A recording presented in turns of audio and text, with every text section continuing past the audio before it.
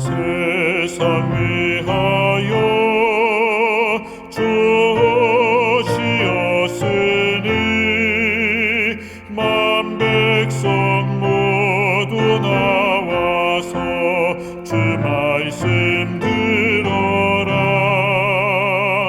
죄 가운데 빠져 죽어야 하는가.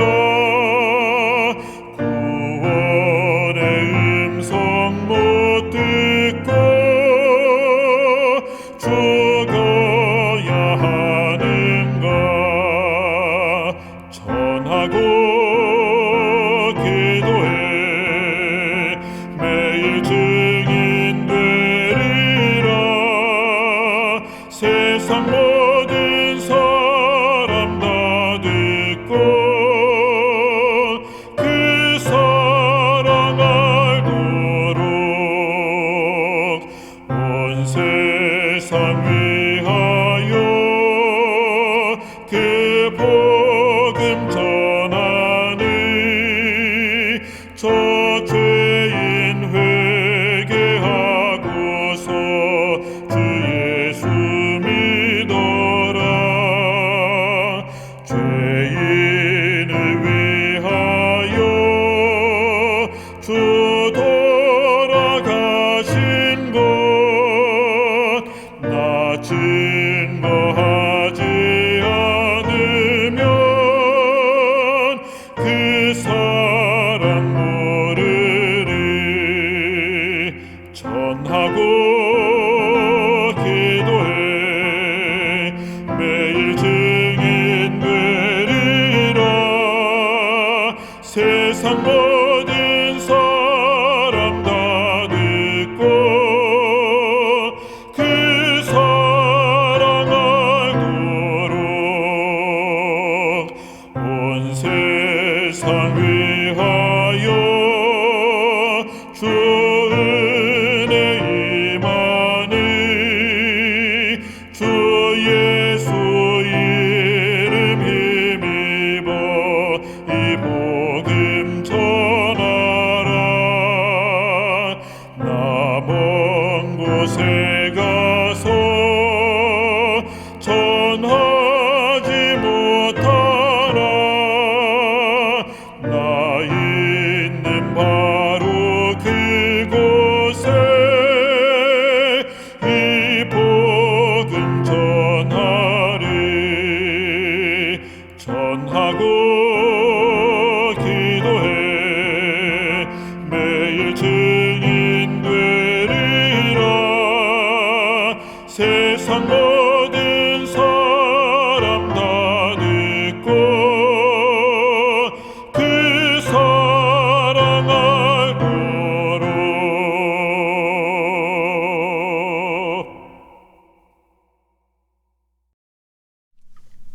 하늘에 계신 하나님, 이렇게 어려운 시기에도 말씀을 들을 수 있는 시간을 가질 수 있도록 도와주셔서 감사합니다. 오늘 오창규 목사님을 통해 주시는 말씀에 성령 하나님 능력 더하시고 이 예배에 참여하는 모두에게 함께 해주셔서 이 시간이 뜻깊은 시간이 될 수 있도록 도와주세요. 늘 함께 해주실 것을 믿으며 예수님 이름으로 기도드립니다.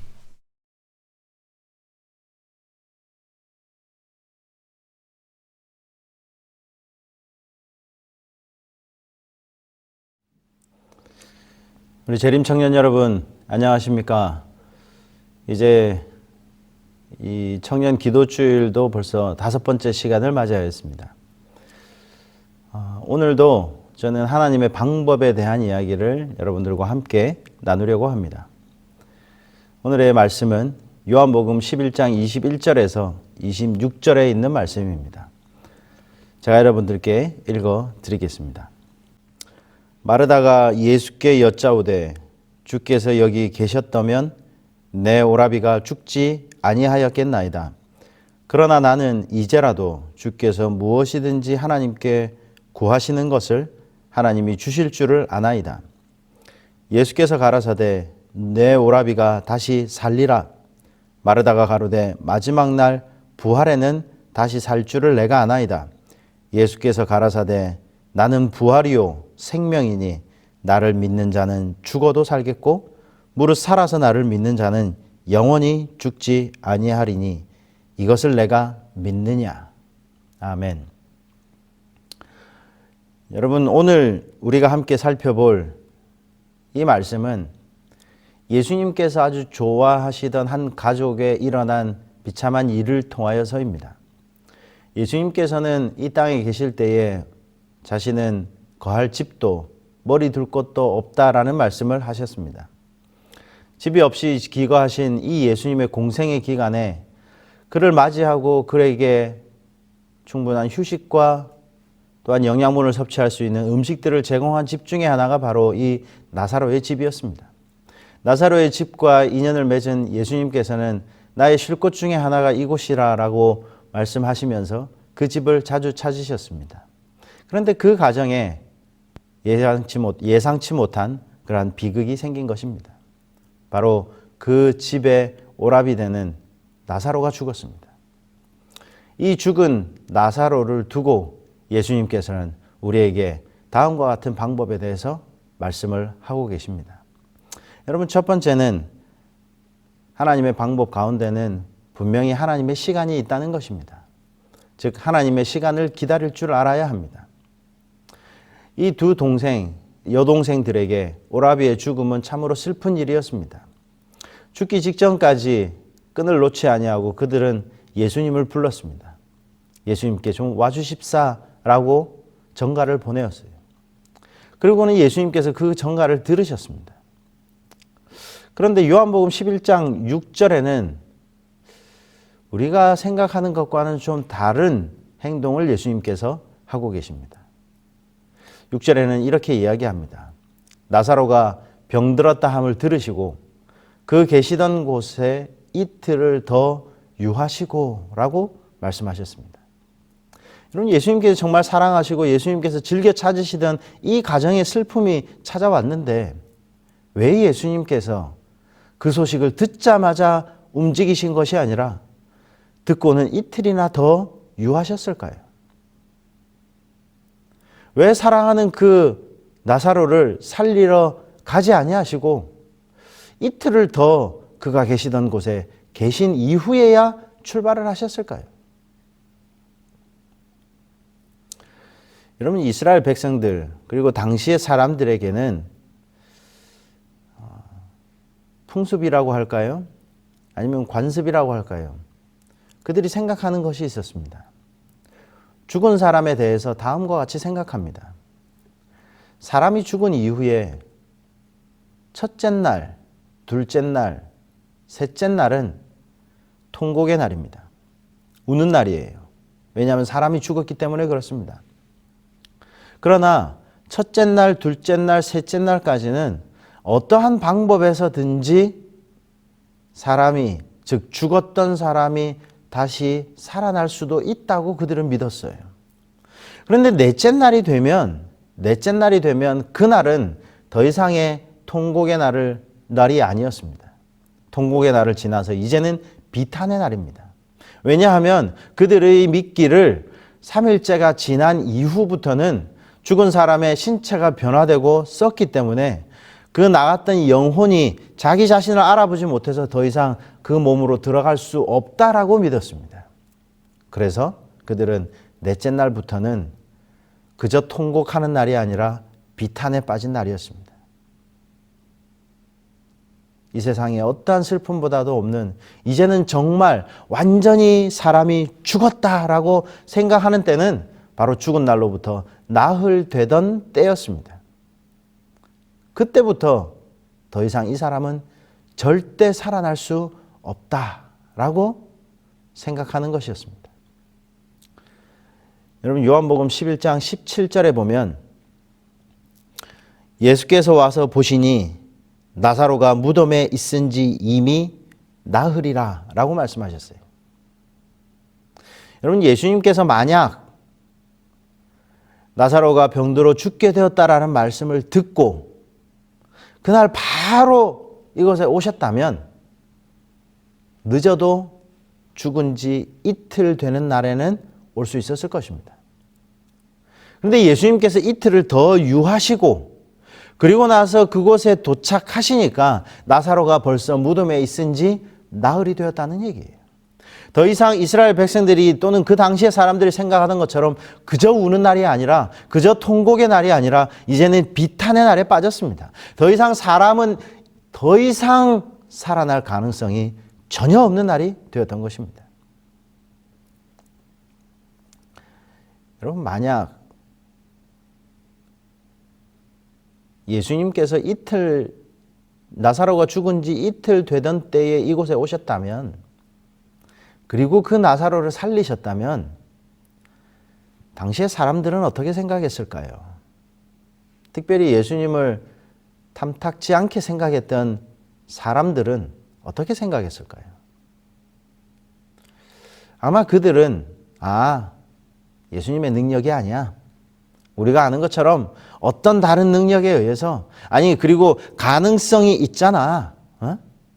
첫째 날부터 셋째 날까지는 사람이 살아날 가능성이 있기 때문에 이것은 하나님의 능력, 예수 그리스도 저 사람의 능력이 아니야 라고 생각했을지도 모릅니다.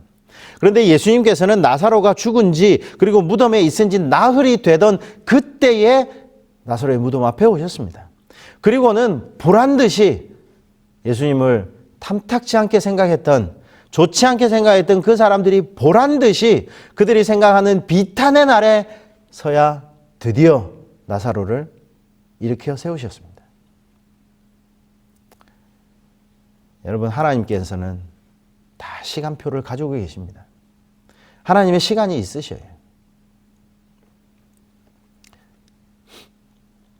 여러분, 하나님께서 저 여리고성을 무너뜨리실 때 그 7일이라고 하는 긴 시간을 다 사용해서야만이 여리고성을 무너뜨릴 수 있었을까요? 하루에 한 바퀴 돌 때마다 조금씩 금이 가게 하셔야만이 여리고성을 무너뜨릴 수 있으셨을까요? 아닙니다. 하루 만에라도, 한순간에만이라도 그 여리고성을 다 무너뜨릴 수 있습니다. 그러나 하나님께서는 7일이라고 하는 시간을 주셔서 이스라엘 백성들에게 그 성 주변을 돌게 하셨어요. 하나님께서 다니엘의 세 친구를 구원하실 때에 굳이 풀무불 그 가운데에 넣어서야만이 구원하실 수 있으셨을까요? 느부갓네살 손에서 이스라엘들의 청년인 이 세 친구를 쉽게 구원할 방법은 없으셨을까요? 아닙니다. 하나님께는 다 방법이 있으셔요. 그럼에도 불구하고 하나님께서는 그 풀무불에 기어이 넣고서야 그들을 구원해내셨습니다. 여러분, 마찬가지로 다니엘도 저 사자굴에 넣지 않고 구원할 방법이 하나님께서는 없었을까요? 결코 아닙니다. 하나님께는 모든 방법이 다 있으셔요. 그럼에도 불구하고 하나님께서는 이 다니엘을 굳이 그 사자굴에 집어넣고서야 구원해내십니다. 여러분, 제가 고등학교 다닐 때 이 일을 가지고 저희를 가르치시던 목사님께서 딱 10글자를 칠판에 쓰셨습니다. 그리고는 이렇게 말씀하셨어요. 철저한 집행, 완전한 구원. 하나님께서는 하나님의 시간표대로 철저하게 집행하셨어요. 7바퀴, 그리고 또 총 13바퀴를 다 돌게 하셨습니다. 세 친구들을 풀무불, 극심히 타는 그 풀무불 가운데에 집어 넣으셨어요. 그리고 다니엘을 무시무시한 사자들이 우글거리는 그 사자굴에 기어코 집어넣고 마십니다. 철저히 집행하셔요. 그러나 하나님께서는 털끝 하나도 건드리지 아니하고 완전한 구원을 이루어 내십니다. 여러분, 하나님께는 하나님의 시간이 있습니다. 하나님의 시간표가 있어요. 하나님의 그 시간에 따라서 분명히 이루어집니다. 여러분, 우리가 하나님의 일을 할 때에 하나님의 시간을 기다릴 줄 아는 우리 모두가 되시기를 간절히 바랍니다. 여러분들이 오늘 또는 요즘 여러분들이 생각하는 대로 일이 잘 되지 않으십니까? 여러분이 계획했던 일들이 잘 진행되지 않고 자꾸 어그러집니까? 아니면 내가 예상했던 그 길이 아닌 자꾸 다른 길 위에 우리가 서 있습니까? 여러분, 하나님의 시간을 기다릴 줄 아는 우리가 되기를 간절히 바랍니다. 하나님께서는 분명히 그분의 시간 가운데에 여러분들을 넣으시고 그 가운데에서 철저하게 그리고 집행하십니다. 그리고는 철저하게 집행한 그 일 가운데에서 하나님께서 완전히 구원해 주실 것입니다. 여러분, 하나님의 그 시간을 기다릴 줄 아는 저와 여러분 모두가 되기를 간절히 바랍니다. 여러분, 두 번째 하나님의 시간에는 그리고 하나님의 방법에는 한계를 정하지 말아야 하는 법칙이 있습니다. 요한복음 11장 24절에 보면 마르다가 가로되 마지막 날 부활에는 다시 살 줄을 내가 아나이다 라고 말씀하셨습니다. 예수님께서 오시니 마르다와 마리아가 나와서 통곡을 합니다. 예수님이 여기 계셨다면 내 오라비가 죽지 아니할 수도 있지 않았습니까? 왜 이제서야 오셨습니까? 오늘은 벌써 나흘이나 되었습니다. 더 이상 사람이 살아날 아무런 가망이 없습니다. 라고 어쩌면 마르다가 이야기했는지도 모릅니다. 그랬더니 예수님께서 말씀하셔요. 아니다. 내 오라비가 살 것이다. 라고 말씀하셨어요. 그랬더니 이제 마르다가 이야기합니다. 그렇습니다. 예수님께서 다시 살리라 말씀하시는데 그게 오늘은 아니고 마지막 날 부활에는 내 오라비가 다시 살 줄을 제가 압니다. 라고 이야기했어요.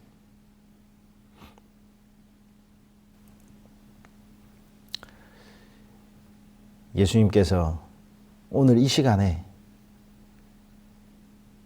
그 나사로의 무덤 앞에서 그 나사로를 살릴 수 없었을까요? 굳이 마지막 날 부활 때에만 나사로를 살릴 수 있었을까요?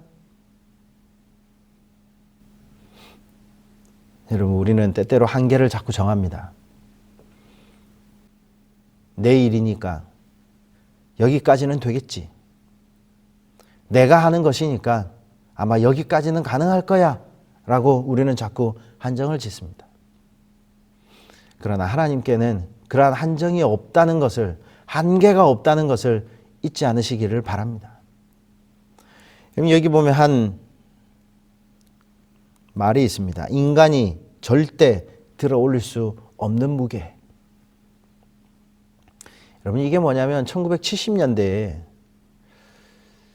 사람들이 생각할 때 아무리 힘센 역도 선수라 하더라도 500파운드는 들어 올릴 수 없을 것이다 라고 말했어요. 왜냐하면 500파운드를 인간이 들어 올리면 그 무게를 주체할 수 없어서 인간의 뼈는 으스러지고 깨어지고 말 것이다 라고 그들은 생각했습니다. 그런데 여기에 한 역도 선수가 있습니다. 바실리 알렉세예프라는 이 러시아의 역도 선수가 역도 세계 선수권 대회에 나갔습니다. 우승은 이미 이 사람이 충분히 받을 수 있을 만한 그러한 실력입니다. 근데 모든 사람들의 관심은 이 알렉세예프가 500파운드를 들어 올릴 것인가 말 것인가, 들어 올릴 수 있을 것인가 라는 것이었습니다. 드디어 결승전이 되고 알렉세예프가 1차, 2차 시기를 거뜬히 들어 올렸습니다. 금메달은 이미 받았습니다. 마지막 3차 시기에 모든 사람들의 이목이 집중되었어요. 도대체 이 선수가 500파운드를 신청할 것인가 말 것인가. 그런데 신청한 무게를 보고 많은 사람들이 탄식했습니다. 499파운드. 알렉세예프가 보기 좋게 499파운드를 들어 올렸어요. 환호성과 함께 긴 탄식이 일어났습니다. 들어 올릴 수 있었을 텐데. 이 단상을 내려가는 알렉세예프의 뒤쪽으로 방송이 들리는데 진행 요원의 실수로 지금 들어 올린 무게는 499파운드가 아니라 502.5파운드입니다. 라는 방송이 들렸어요. 장내에 있던 많은 사람들이 크게 소리쳤습니다. 여러분, 더 놀라운 것은 그 한 해에 500파운드 이상을 들어 올린 사람만 8명이었습니다. 여러분, 한계는 우리가 정하지만 그 한계를 뛰어넘는 것도 바로 사람들입니다. 여러분, 그래서 세상 가운데에서도 많은 사람들이 이야기하기를 한계를 정하지 마라. 단지 한계라고 믿는 당신이 있을 뿐이다 라고 이야기합니다. 여러분, 그런데 성경은 이야기하기를 이렇게 이야기해요. 빌립보서 4장 13절에 내게 능력 주시는 자 안에서 내가 모든 것을 할 수 있느니라. 여러분, 여기서 말씀하실 때에 내게 능력 주시는 자 안에서 내가 모든 것을 할 수 있다라고 하는 것은 내가 할 수 있는 한계 안에서의 모든 것이 아니에요. 여기에 모든 것은 내게 능력 주시는 자 안에 있는, 그분 안에 있는 능력 안에서의 모든 일을 할 수 있다라고 성경은 우리에게 가르치고 있는 것입니다. 여러분, 한계를 정하지 않기를 바랍니다. 그 한계는 우리의 한계입니다. 그러나 우리와 함께 일하시고 우리에게 힘을 주시는, 내게 능력 주시는 자, 그 하나님께는 한계가 없다는 것을 잊지 않는 우리 모두가 되기를 간절히 바랍니다. 여러분, 마지막으로 하나님의 방법 가운데는 우리가 해야 할 일이 있다는 것을 잊지 않기를 바랍니다. 여러분, 요한복음 11장 39절에 보면 돌을 옮겨 놓으라 라고 말씀하십니다. 예수님께서 드디어 울고 있는 이 두 자매를 데리고 나사로의 무덤 앞에 가셨습니다. 당시에 사람들의 풍습에 의하면 땅을 안으로 파 들어가서 거기다가 굴을 만들고 거기다가 시신을 안치하고는 입구에다가 큰 돌을 막는 것이 그들의 매장 문화였습니다. 그래서 나사로도 여전히 이 굴을 판 이 굴 안쪽에 시신이 있고 그 앞에 아주 큰 돌을 놓아서 무덤을 막고 있었습니다. 예수님이 그 무덤 앞에 드디어 도착하셨어요. 그리고는 돌을 옮겨 놓으라 라고 말씀하셨습니다. 여러분, 한 가지 생각해 보십시오. 예수님께서 그 돌을 옮겨 놓으실 만한 능력이 없으셨을까요? 예수님께서 이 돌을 옮겨 놓을 만한 그저 그런 능력도 없으셨을까요? 여러분, 제가 생각하는 예수님, 그리고 제가 알고 있는 그 예수님은 이 돌을 옮겨 놓을 만한 충분한 힘이 있으십니다.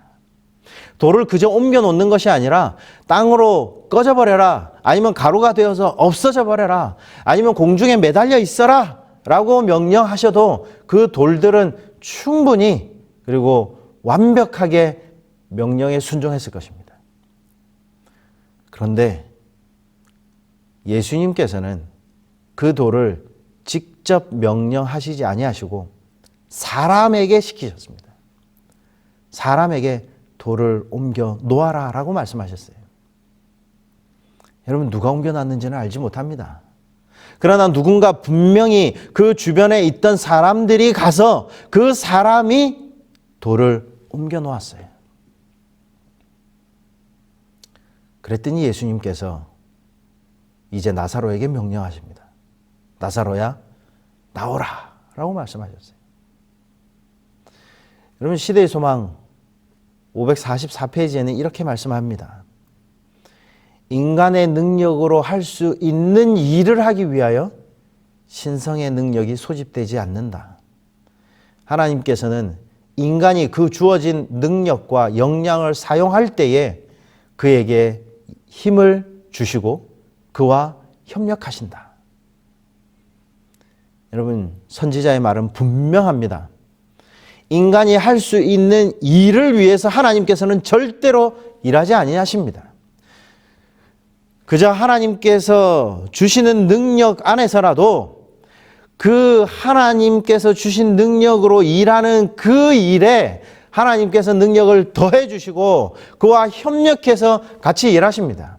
여러분, 즉 말로 이 돌을 옮겨 놓는 일은 하나님께서 하지 않으셔도 됩니다. 사람이 얼마든지 할 수 있는 일입니다. 그러니 예수님께서 사람들에게 명령하셨어요. 돌을 옮겨 놓아라. 너희는 저 나사로, 죽어있는 나사로를 살릴 수 없지 않느냐? 저 나사로를 살리는 일은 내가 할 테니 돌은 너희가 옮겨 놓아라 라고 말씀하셨어요.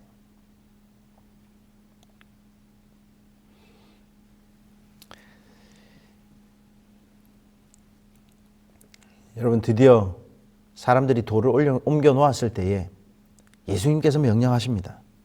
나사로야, 나오라. 붕대를 칭칭 감고 있는 그 나사로가 앞도 보지 못하는 가운데에 그 굴을 찾아서 나왔습니다. 그 나온 나사로를 바라보고 예수님께서는 한 가지 더 명령을 하셨어요. 풀어놓아 다니게 하라. 여러분, 죽은 사람이 그곳을 나오는 그 광경을 보는 주변 사람들이 아마 깜짝 놀랐을 겁니다. 근데 예수님께서는 명령하셔요. 야, 풀어놓아서 다니게 해라. 저 푸는 것은 너희가 할 수 있지 않냐? 그러니 살아나온 저 나사로가 충분히 다닐 수 있도록 저 붕대들을 다 풀어놓아라 라고 말씀하셨어요. 여러분, 하나님께서는 우리가 할 수 있는 일을 위해서 결코 그분의 신성의 능력을 허락하시지는 않습니다. 즉, 다른 말로 하면 우리가 할 수 있는 일은 분명히 우리가 해야 한다는 것입니다. 여러분, 리빙스턴은 이렇게 이야기했습니다. 그리스도 한 분만이 세상을 구원하실 수 있으나 그렇다고 그리스도 혼자서 세상을 건지시지는 않는다. 여러분, 이 말을 리뷰 앤드 헤럴드지에는 이렇게 표현하고 있습니다. 우리는 하나님과 같이 일하는 일꾼이 되어야 한다. 하나님께서는 인간의 도움 없이는 사업을 마치시지 않으실 것이기 때문이다. 아멘. 여러분, 우리가 일하지 아니하면 하나님께서도 하나님의 그 사업을 마치시지 않는다라고 말씀하고 있습니다. 즉, 인간이 할 수 있는 일을 할 때에 하나님께서 인간이 할 수 없는 일을 더하셔서 이 세상 일을 마치시겠다라고 우리에게 말씀하고 있는 것입니다. 사랑하는 우리 재림 청년 여러분, 여러분들이 하고 있는 일, 그리고 여러분들이 해야 할 일들이 있지 않습니까? 그 일은 분명히 우리가 완수해야 합니다.